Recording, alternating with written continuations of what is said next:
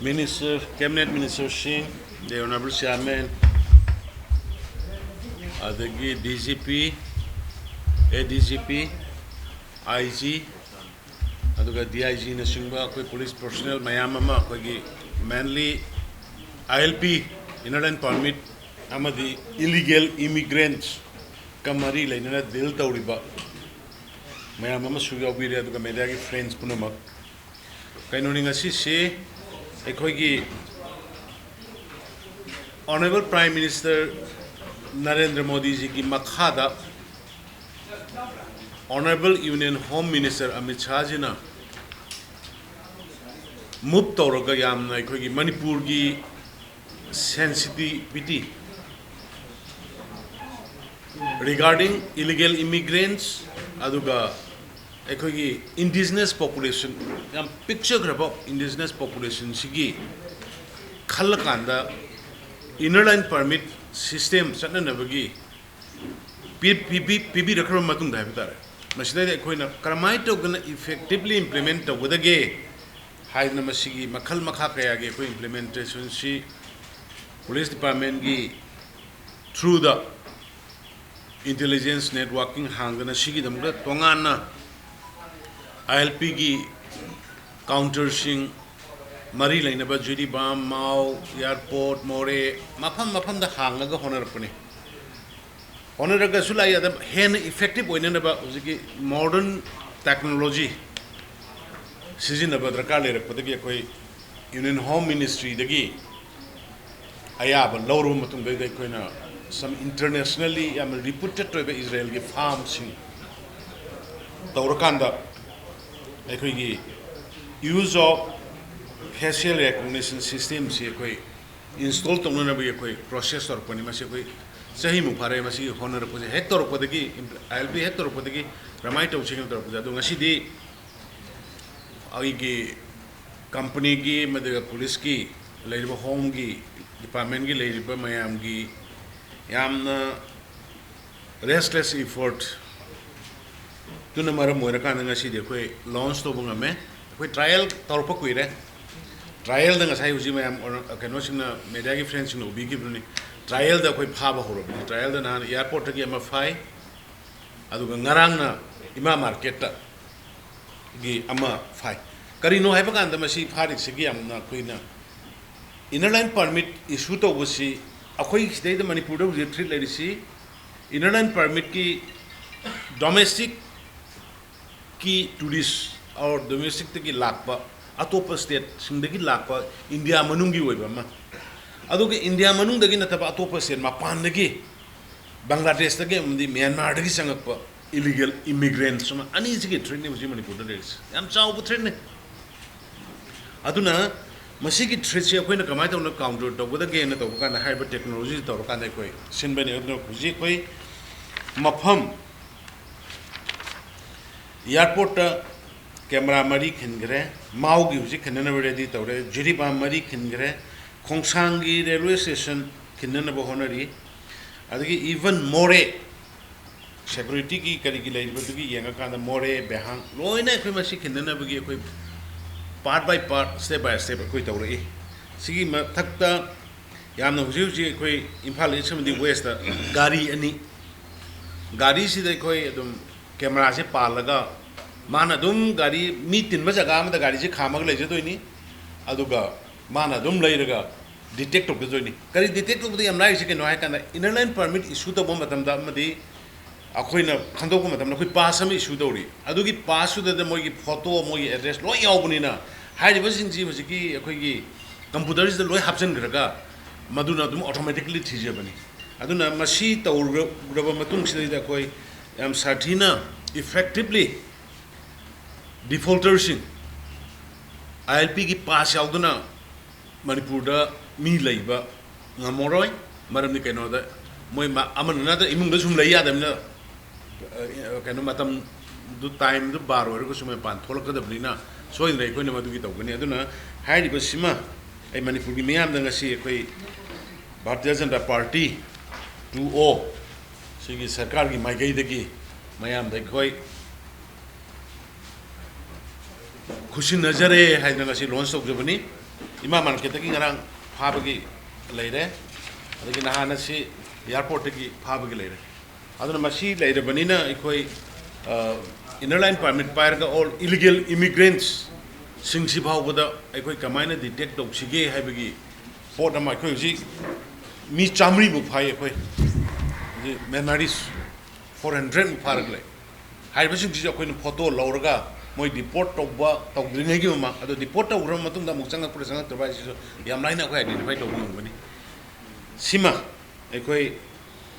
mayam da sima Manipuri mayam da masima thinjarabani masi long run da masina ikoi entry madi exit da laiba dugi photo lahorabina masi thokiba matam da masi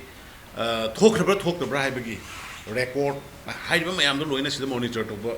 ngamani haibasi mai thamjage aduga hosi gari gi leidorisina gari gi da palaga camera koidorisina expire oiraba missing madu renew tawda salamba leiram sing madu koi action loba ngamani si sima number 1 leizere number 2 da ai pulingai sida koi gi ai koi gi illegal immigration gi problem se koi ji khawboda approximately koi ni chamri ga tara gumba Myanmarese without proper documents lairambagi koi ji pharga lai aduga sinataba hoji border singda Myanmar da leiriba irang duna maram orakana sanga aga leibasi hoji phawgi manung da koi committee semaga ticket pada koi kabib na madugi chairman kanoni committee du chairman ni police kanogi police ki implementation gi abhi tak mein 4000 kama hoji phawboda mioi lising ani ga changa identify torokanda mogi fingerprint kari loina lobugi process torokanda ekoi area khara da mogi shelter home sarga detention home sarga thammi aduna ekoi de yam chawbo threat ma Myanmar rom da hoji mostly mogi bom thada ba khota ba torok basna mi singja ada leiba yadram na koi rom loina changa ki bagi port ekoi da su information leiba aduna maram orakanda ekoina hairiba area su border area jo koi 398 square kilometer gumani koi bars kano ladies saman khadana lady free the thado ga ladies aduna free momentism koi cancel torga thamgrabani hana kilometer 3 ru sangal lamba yabdo madu koi withdraw to hongrabani adubu koi effectively deal to bangamdri illegal immigration gi se aduna madu gi damte ne koi no hosi yam kanna UN cry to noriba mayams hosi phawbada hana leiba 400 mo mane aduga 2400 ama gumama identify to bune punna nearly 3000 gumade koi identify to masi yam hen leiramani haibige akoida singnabale aduna masi gi sida ina hajaning basi masi daida Manipur gi miyamna maroina concerned districts hariba illegal immigrants si changakriba changaiba or changakpa yaba mafam singna laibiriba praja singna in the larger interest of the nation Bharat ki security ki aduga Manipur state ki security ki yangbira kanda hariba singde koi cooperation pibiraga changa ibasing mayam adu phajana koi da uthopiraga sinabiraga koi moi mafam chana thamba yanana ba biometric na single lawga thamba yanana ba gi khudong sabadu PBU haidana masimaga ai mayam da appeal tawjage amana siga mari leidana ngarang nahan masi ai maktagi haidi haining da bani adubu ngarang nahan gi paper da sam karino koi gi Mizoram dagi leiba moi gi civil society amakana government dinataba sumai to guna akhoi da ILP lawbodo ILP akhoi da check tawbodo tawgunu adudi Manipur da Mizoram da leiba maitei sing nungai roi tho diga haibugum bayamna khitang ta bada nungai da haiba tare ko adugum ko hi wata tawba press meet ama theng nei mada ina hygienic basi ai hoi government su government to government tawda bani civil society amana tor da reaction langna re ba civil society sigi si tor kan da see da which can spread which can convert into lom da lakpa ya aduna ne akhoi government dagi tangai fadna masi se sumu ko ya de akhoi na phari ba Myanmarese mayam sigi manung da latest moi manga khakchi hantak ta phai ba moi taret ki manung da Myanmarese taret airport dagi phai airport ki phari ba Myanmarese taret si manga amadi Mizoram gi I card pairaga Mizoram gi Aadhaar pairaga documents fam si Mizoram gi loina werame lakona moi si Pune dagi laaga Imphal airport da ta akhoi taujari si akhoi gi leijari ba ILPS ki value si karino akhoi gi leijari ba indigenous population sing si save taujana bagi mut khidana bagi maramdi mut khiba ya bagi apik ba furup ni hai bagi aki balai baduna Bharat Sarkar na inner line permit pira ine ba ada sidai da khoi gi sigi changa iba mayam si Bangladesh kanorom dagi Mizoram dagi moina CAP piraga Manipur da sanga iba Myanmarese mayam ji sum yao noi check togunu hairagadi adugi level dum da de khoi compromise togunga moi haidana masi concern NGO do ai Mizoram gi government mangna de harap ni nai government de haroi aduga concern government do ai approve togjiningi concern NGO do da aduga sigi adugumba comment tubu Mizoram dagi pirai ba adugumba comment tubu endorse tawraga Manipur da leiba student organization amani mana endorse tawrpo yawe adu stop it pochi phajana khanga kanda phajana tawsi government tawrisi for the safety of the people of the state for the safety of the nation akhoi Manipur da leminari ba khoi jati kunthra mari manga se masigi safety gi ne khoina Manipur sarkar na honor se sidai da Mizoram dagi natraga atu dagi aina haning basi internal matter of a state or aduga particularly law and order as state ki subject ne masidai da state government amna tawbo thabak ta khoina mada kuthing jelu bai bese madu ai tawning de khoina su tawroi khoina su ngasi bawda samda Mizoram da karida amata tawde tawsu tawroi tawphom su thokti na lawi aduna masi please sisima hojiki NGO kangbu dun understand tawbiu Mizoram gi Khuthangda Lakpa Myanmarese Mayam ama Manipur da Fari hai bese aduna khoi madu ILP check tok da ba yaroi hai bese masi mai mayam da thamja khoi gi su mai dei lakpa da ILP check tawbiu ILP sana bane ILP check thorga mogi lebam tokule hen badu da akhoi kai su yecharo any state am tan tongari mam tan masi mai sanduk se ge aduga amana handaksi drug ki lan war on drugs pe BJP 2O gi yam mai pang na sangsale poppy plantation ayam ba loina thugai re poppy khabasing ayam ba I appreciate search leadership village sing civil organization aduga villager mayam punama I appreciate the way poppy destruction da mayam thokpi rakna yawi rakpa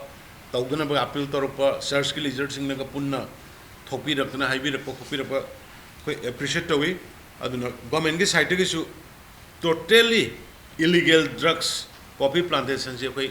eradicate to why se koi commitment koi conviction namaga loina nai koi tawjari bani ngarang Mizoram na sorry Sochampur gi Singhat area dagi kg taratruk opium 16 kg moi ani dagi phai kenbo na Myanmar gi dasena ba Myanmar China rom dagi saba Myanmar gi gari do tongami koi ki police sing ju kenbo gari sing na dagi loina phau hai grabne do nanda hubugum male phade ya loina phar bani machine kenbo bike se torokanda angam ching chep sing de gari chatpa ya da chala pura pura sigi business tawe aduna masima koi moi do phare je koi singa police station sinagre kg tratrum ni ko phari se Chochanpur gi area dagi amana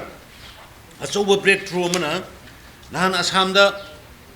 Manipur dagi drug phare haiduna tawrak padagi aikoina masi special team ama narcotic nap ki Khuthangda tawrakana special team am sarga thiganan matamda yamna kingpin haibetare Chandan Gupta Dijendra haiduna masi